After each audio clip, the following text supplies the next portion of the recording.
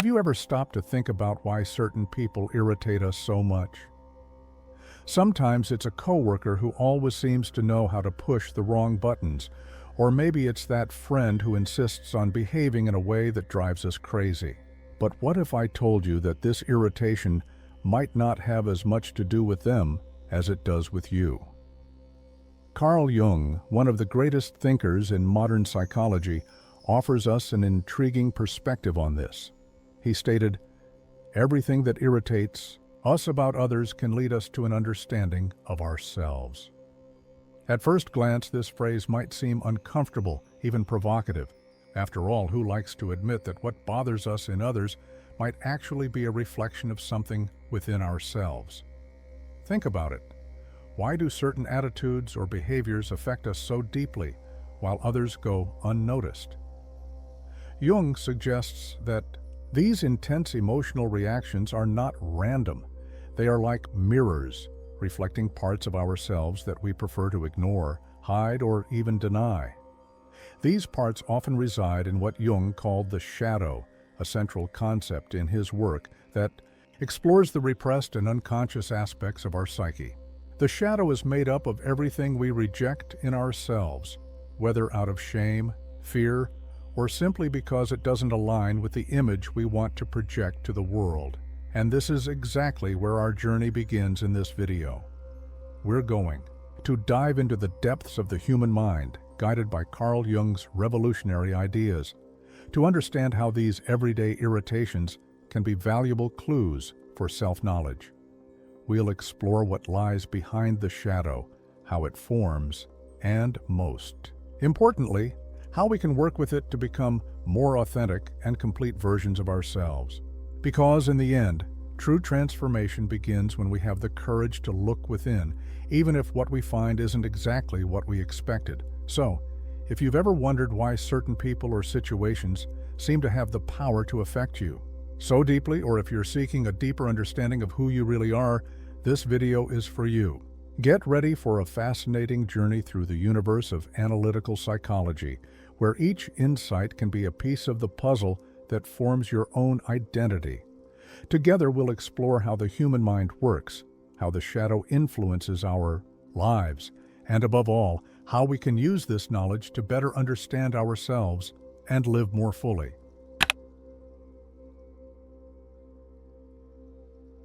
To understand Carl Jung's ideas and how they can help us unravel the mysteries of the human mind, it's essential to know a bit about the life and trajectory of this brilliant thinker. Jung was born on July 26, 1875, in a small village in Orbe, Switzerland, in an environment that already foreshadowed the inner conflicts that would shape his work. The son of a Protestant pastor, he grew up surrounded by spiritual questions, but also by doubt and skepticism. From an early age, Jung felt torn between the religious faith that permeated his family and an insatiable curiosity for the rational and scientific world.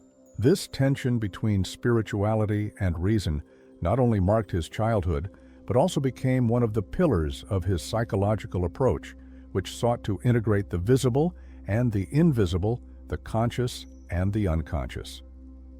Initially, Jung pursued a career in medicine, but it was during his studies that he became deeply interested in the human mind. This interest was not merely academic. Jung had intense personal experiences with the unconscious, which led him to explore the mysteries of the psyche in a unique way. He realized that there was something beyond what traditional science could explain, something that pulsed in the depths of the mind and needed to be understood. This realization led him to psychiatry, a field that at the time was still in its early stages, but offered him the opportunity to investigate the complexities of human behavior and the mysteries of the unconscious. At the beginning of his career, Jung found a mentor who would change his life, Sigmund Freud. The relationship between the two was intense and productive, marked by mutual admiration and an exchange of ideas that revolutionized psychology. Freud saw in Jung an intellectual heir, someone who could carry forward his theory of psychoanalysis. And indeed, Jung was deeply influenced by Freud, especially in his studies of the unconscious. However, as Jung delved deeper into his own investigations, he began to realize that his view of the human mind was different from Freud's. While Freud primarily focused on the sexual and repressive aspects of the unconscious, Jung believed there was something broader and more universal at play. A deeper layer he called the collective unconscious. This divergence of ideas led to a break between the two, a painful moment for Jung, but also a liberating one. It was from this separation that he began to develop his own approach, known as analytical psychology. Unlike Freudian psychoanalysis, Jung's analytical psychology sought to integrate not only the repressed aspects of the mind, but also the universal archetypes and symbols that shape human experience. He believed that the journey toward self-knowledge was not just about resolving past traumas, but also about discovering who we truly are by integrating all parts of our psyche, including those we prefer to ignore.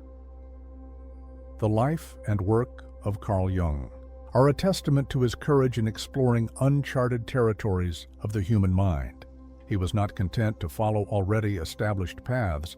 Instead, he opened new doors, challenging the conventions of his time and creating a legacy that continues to influence psychology, philosophy, and even popular culture. And it is precisely this spirit of exploration and self-discovery that guides us in this video. By understanding Jung's journey, we begin to see that the path to self-knowledge is, above all, a journey of courage, the courage to face our shadows, to question our certainties, and to seek wholeness within ourselves.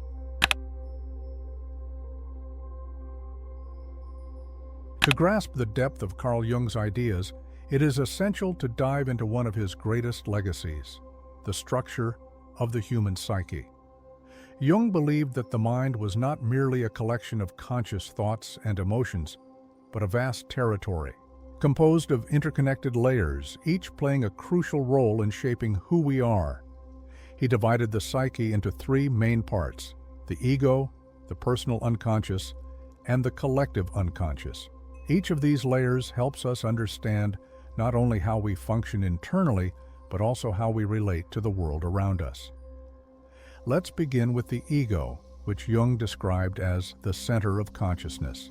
The ego is the part of us that is awake, that makes decisions, and that interacts directly with the external world. It is through the ego that we construct our identity, define who we are, and present ourselves to others. It is like the captain of a ship navigating the waters of daily life, dealing with challenges and responsibilities. However, the ego is just the tip of the iceberg.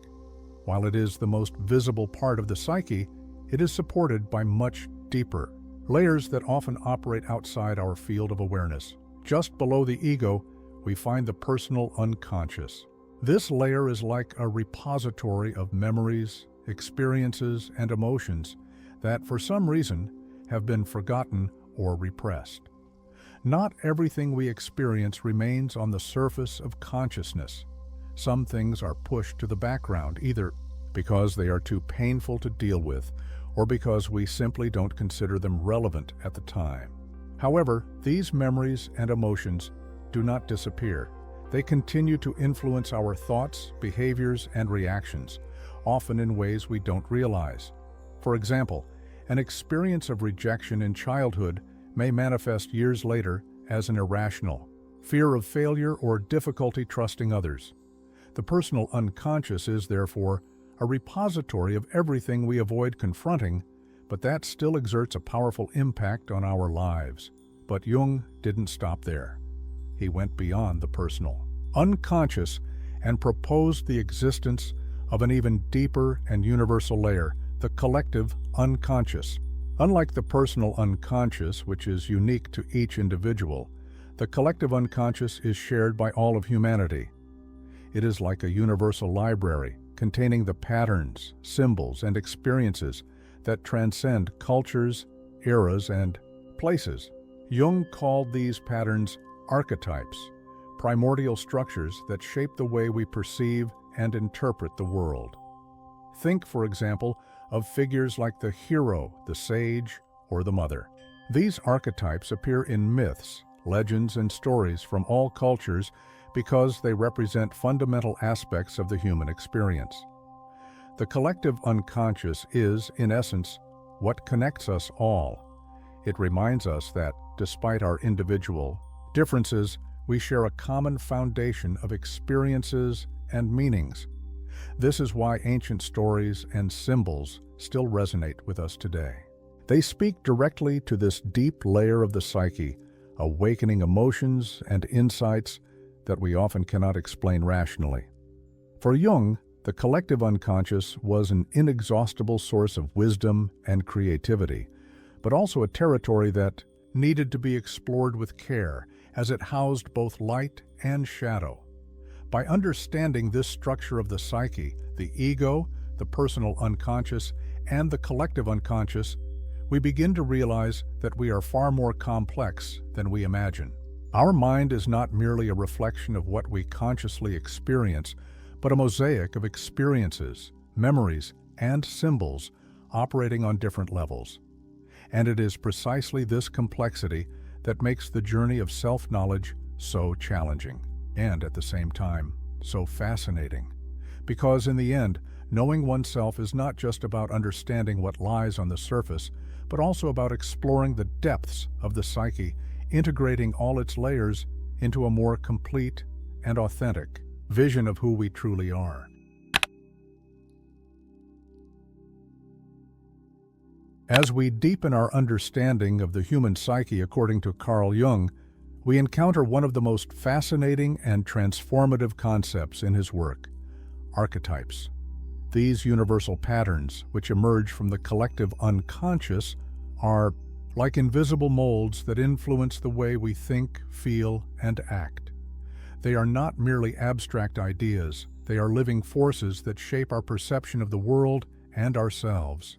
Among the many archetypes Jung identified, some play central roles in the journey of self-discovery: the persona, the shadow, the anima and animus, and finally the self.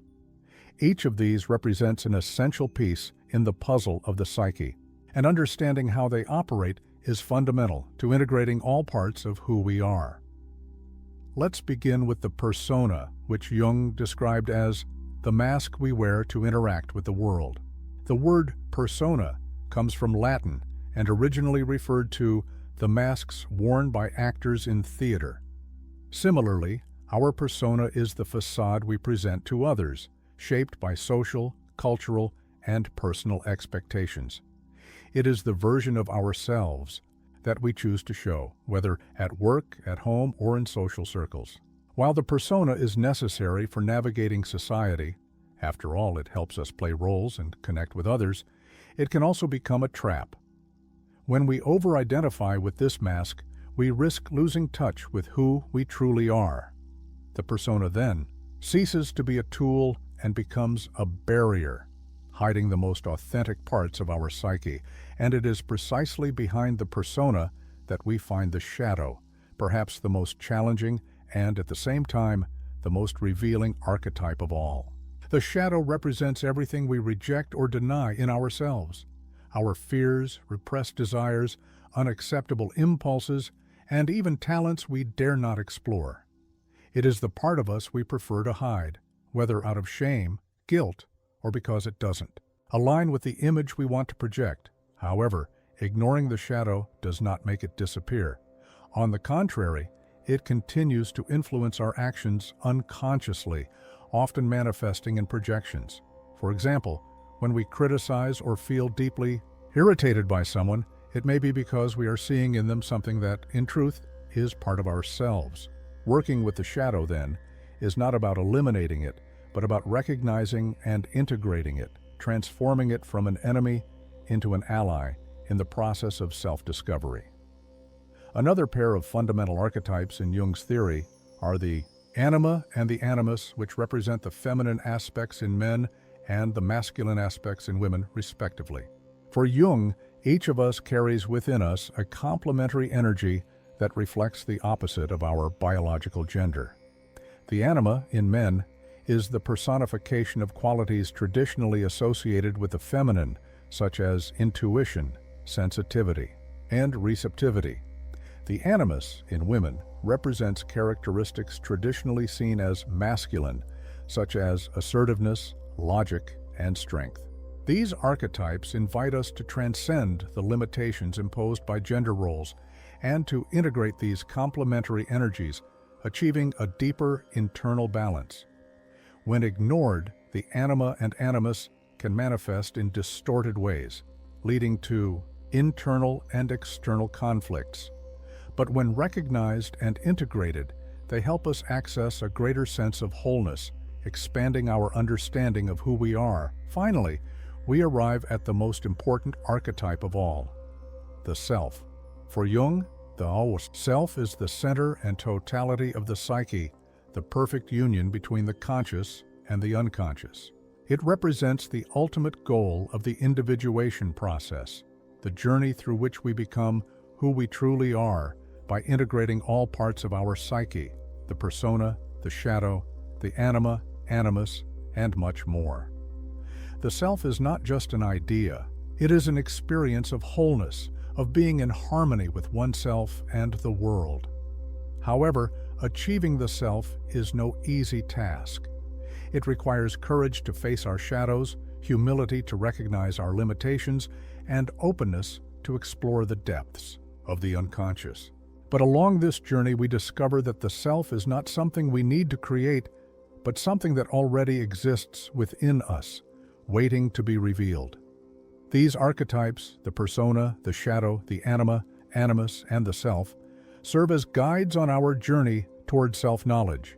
They show us that we are much more than what appears on the surface, that within us lies a universe of possibilities, challenges, and discoveries.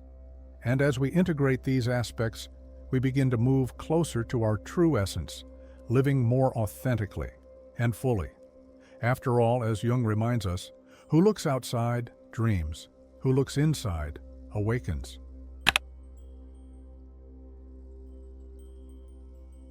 If up to this point we have explored the structure of the psyche and the archetypes that shape our experience, it is now time to delve into one of the most challenging and transformative aspects of the journey toward self-knowledge: working with the shadow.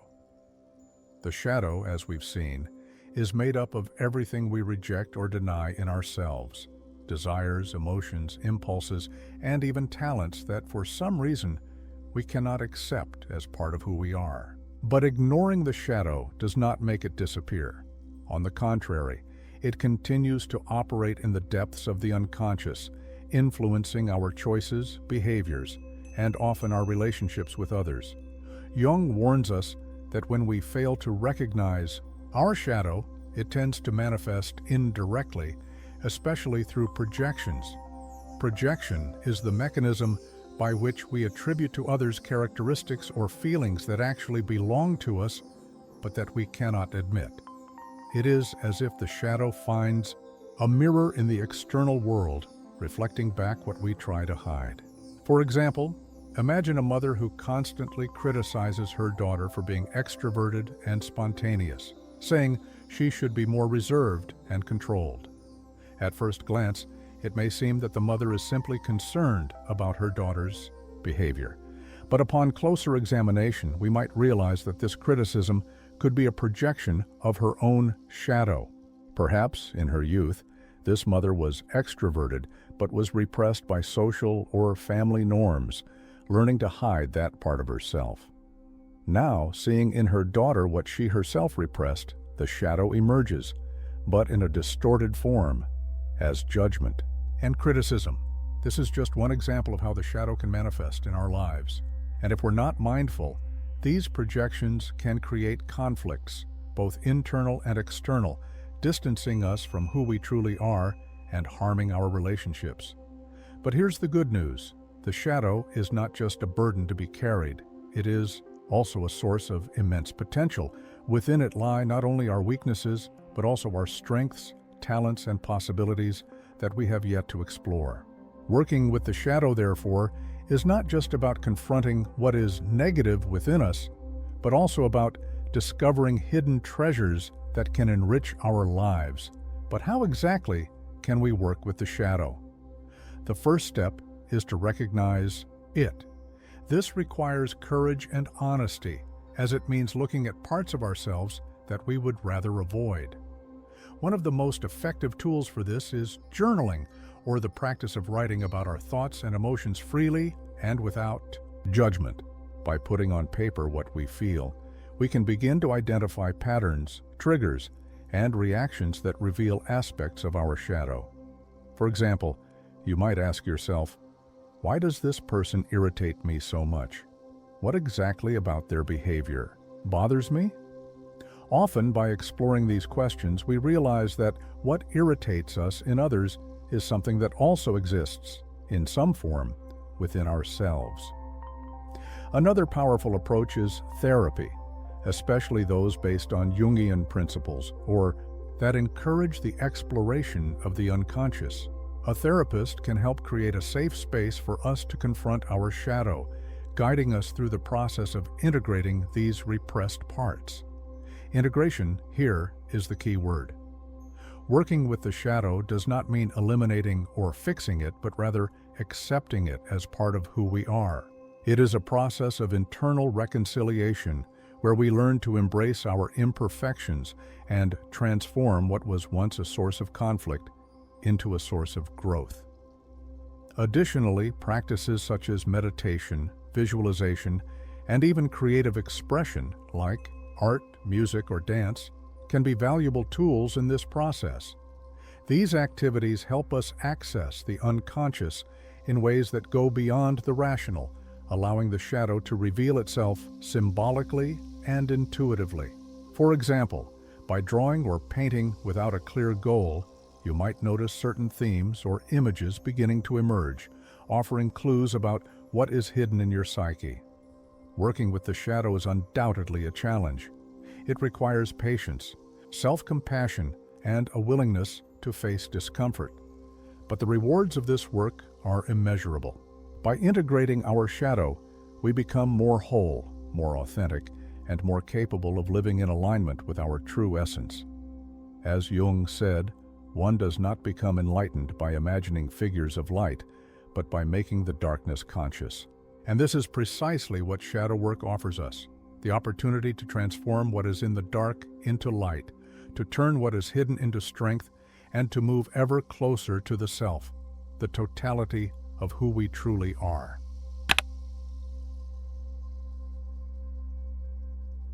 After exploring the shadow and the archetypes that shape our psyche, we arrive at the heart of the journey proposed by Carl Jung, the process of individuation. For Jung, individuation is much more than simply finding yourself or knowing yourself.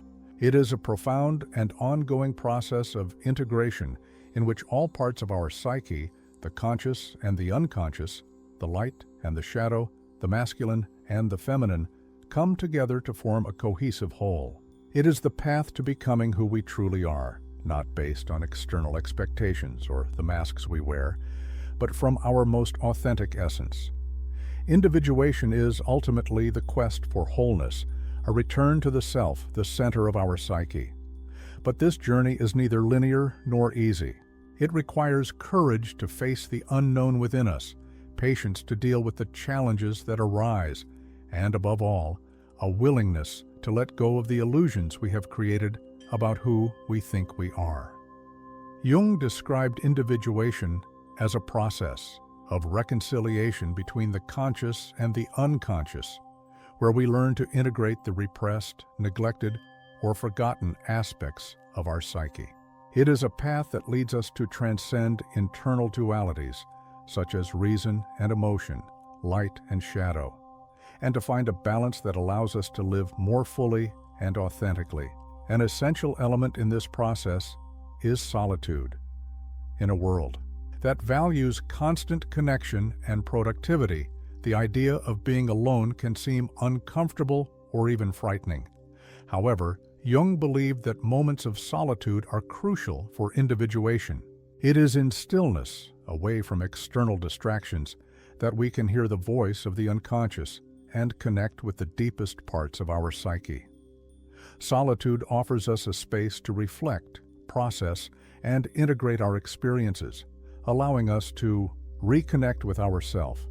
It is not about isolation, but about meeting oneself, a moment of introspection that helps us understand who we are beyond external expectations and influences. In addition to solitude, there are specific practices that can help us progress in the process of individuation. One of these is creative expression. Art, writing, music, and other forms of expression are powerful tools for exploring the unconscious. When we create, we give form to what is within us, often without realizing it. A drawing, a painting, or even a poem can reveal aspects of our psyche that were hidden, allowing us to integrate them consciously. Creativity connects us with the symbolic, with archetypes, and with emotions that we often cannot express in words. Another fundamental practice is mindfulness and meditation. These techniques help us cultivate presence and self-reflection, creating an internal space where we can observe our thoughts, emotions, and reactions without judgment. Meditation, in particular, allows us to access deeper layers of our mind, where the unconscious begins to reveal itself. By practicing mindfulness, we learn to be present in the moment, to recognize our automatic patterns, and to build a bridge between the conscious and the unconscious. It is a practice that teaches us to accept what arises, whether light or shadow, and to integrate it into our life experience. Finally, the process of individuation is also enriched by authentic connections. While the journey to the self is deeply personal, it does not have to be solitary. Relationships that encourage vulnerability, honesty, and mutual growth can serve as powerful mirrors for our psyche. When we allow ourselves to be seen and accepted in our entirety, with our strengths and weaknesses, lights and shadows, we create a space for integration. These connections help us recognize parts of ourselves that we might not see on our own, offering support and perspective along the way. The process of individuation is, in essence, a journey back to oneself. It is not about reaching an ideal or perfect state, but about accepting and integrating all parts of who we are. It is a path that challenges us to let go of illusions, face our shadows, and embrace our wholeness. And while it is a journey that requires effort and commitment, it is also profoundly rewarding, because by becoming who we truly are, we not only find peace and authenticity, but also connect more deeply with the world around us. After all, as Jung reminds us, the hardest journey is the journey within, but it is also the most rewarding.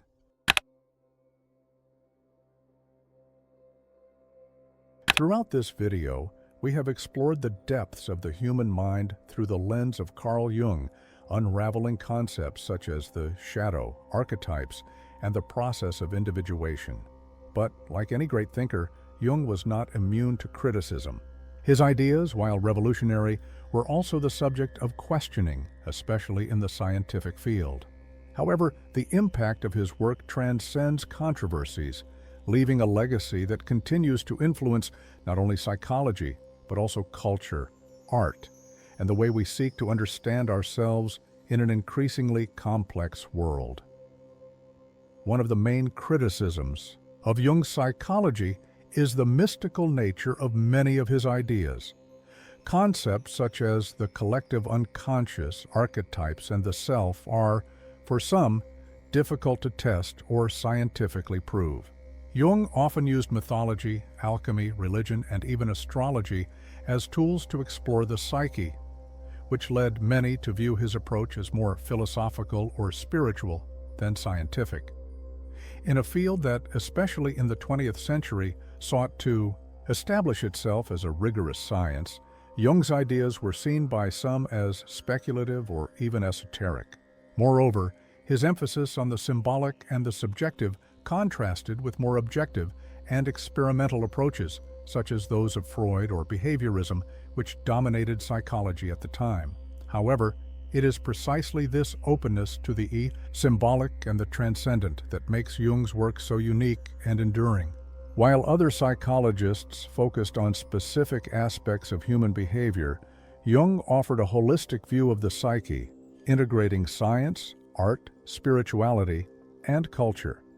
He showed us that the human mind cannot be reduced to formulas or laboratory experiments, as it is, in its essence, a profound and multifaceted mystery. And although his ideas may not fit neatly into the frameworks of traditional science, they continue to resonate because they speak directly to the human experience, our doubts, fears, dreams, and aspirations. Jung's contributions extend far beyond clinical psychology. He profoundly influenced pop culture, literature, cinema, and the arts in general. Films like Star Wars, The Matrix, and The Lion King are examples of narratives that explore Jungian archetypes, such as the hero, the mentor, and the journey of transformation. Writers like Hermann Hesse and Joseph Campbell also drew inspiration from his ideas, helping to popularize concepts like the hero's journey and the quest for the self. In art, Jung is often cited as an influence on movements that explore the unconscious, such as surrealism. His symbolic and archetypal approach continues to inspire creators and thinkers worldwide, demonstrating that his work transcends the boundaries of psychology. Perhaps the most remarkable aspect of Jung's legacy is its relevance in the contemporary world. In an era marked by identity crises, anxiety, and disconnection, his ideas about individuation and self-knowledge are more important than ever. We live in a time when we are constantly bombarded by external expectations, whether on social, media, at work, or in our personal relationships. In this context, the inward journey proposed by Jung becomes an act of resistance and healing. He reminds us that to find meaning in a chaotic world, we must first find meaning within ourselves. Moreover, Jung's emphasis on integrating the shadow is especially relevant at a time when issues like mental health, authenticity, and vulnerability are gaining prominence. He teaches us that we cannot ignore or repress our most difficult parts, but must face and integrate them, transforming them into sources of strength and wisdom. In a world that often values perfection and superficial positivity, Jung invites us to embrace our complexity, recognizing that it is in the union of light and shadow that we find our true essence. Finally, Jung's legacy is an invitation to exploration. He challenges us to look beyond the obvious, to question our certainties, and to venture into the depths of our psyche. His ideas, though complex, offer practical and symbolic tools for navigating life's challenges, helping us connect with what is most authentic within ourselves. And while he faced criticism throughout his career, the impact of his work is undeniable. Jung not only expanded the boundaries of psychology, but also gave us a map to explore the most fascinating and mysterious territory of all, the human mind. Thus, as we conclude this journey through Carl Jung's ideas, it becomes clear that his work is not just a theory, but an invitation to look within, to face our shadows, to explore our dreams, and above all, to become who we truly are. Because, as Jung reminds us, what you most fear to face is often what you most need to discover. And it is in that discovery that the true power of his work lies. As we reach the end of this journey through Carl Jung's ideas, it's impossible not to reflect on the depth and relevance of his work. Jung invites us to look within, to explore the depths of our mind, and to confront what we often prefer to avoid. He reminds us that self-knowledge is not an easy path, but it is undoubtedly the most transformative. Integrating light and shadow, conscious and unconscious, is what allows us to achieve wholeness, not an idealized perfection, but a genuine acceptance of who we truly are. It is in this balance, in this integration, that we find true freedom. The journey toward self-knowledge, as Jung showed us, is a unique adventure for each individual. There are no ready-made maps or definitive answers, but there are tools and insights that can guide us. Throughout this video, we explored concepts such as the shadow, archetypes, and the process of individuation, and we saw how they can help us better understand ourselves and the world around us. But the true power of these ideas lies in their practical application. They are not just theories, they are invitations to action, to transformation. And now, I invite you to take the next step. How about starting your own journey of self-discovery? Perhaps this means setting aside a moment of solitude to reflect on your emotions and reactions. Maybe it's starting a journal where you can explore your thoughts and feelings honestly. Or perhaps it's finding creative forms of expression, like art or writing, to give voice to what is hidden in your unconscious. Whatever path you choose, remember that the most important thing is to begin. Because, as Jung teaches us, he who looks outside dreams, he who looks inside awakens. I want to deeply thank you for accompanying me on this exploration of Carl Jung's ideas. It has been a privilege to share with you a bit of the wisdom of this great thinker and to reflect on how his ideas can help us live more authentically and fully. I hope this video has sparked in you the curiosity and courage to look within, to face your shadows, and to discover the richness that exists within your own psyche. And if you enjoyed this content, don't forget to subscribe to the channel. Here, we will continue exploring topics related to psychology, self-knowledge, and personal development, always with the goal of bringing deep and practical reflections that can enrich your journey. Also, leave your comment, share your impressions, and if you feel like it, tell us a bit about how Jung's ideas resonated with you. After all, self-knowledge is a personal journey, but we can also learn so much from one another. Thank you so much for watching and for dedicating this time to exploring the depths of the human mind with me. Remember, the journey toward self-knowledge is continuous, but every step we take brings us closer to our essence. And as Jung reminds us, there is no awakening of consciousness without pain, but what we do not face within ourselves will eventually manifest as fate. May we, together, choose to face, integrate, and grow. See you next time.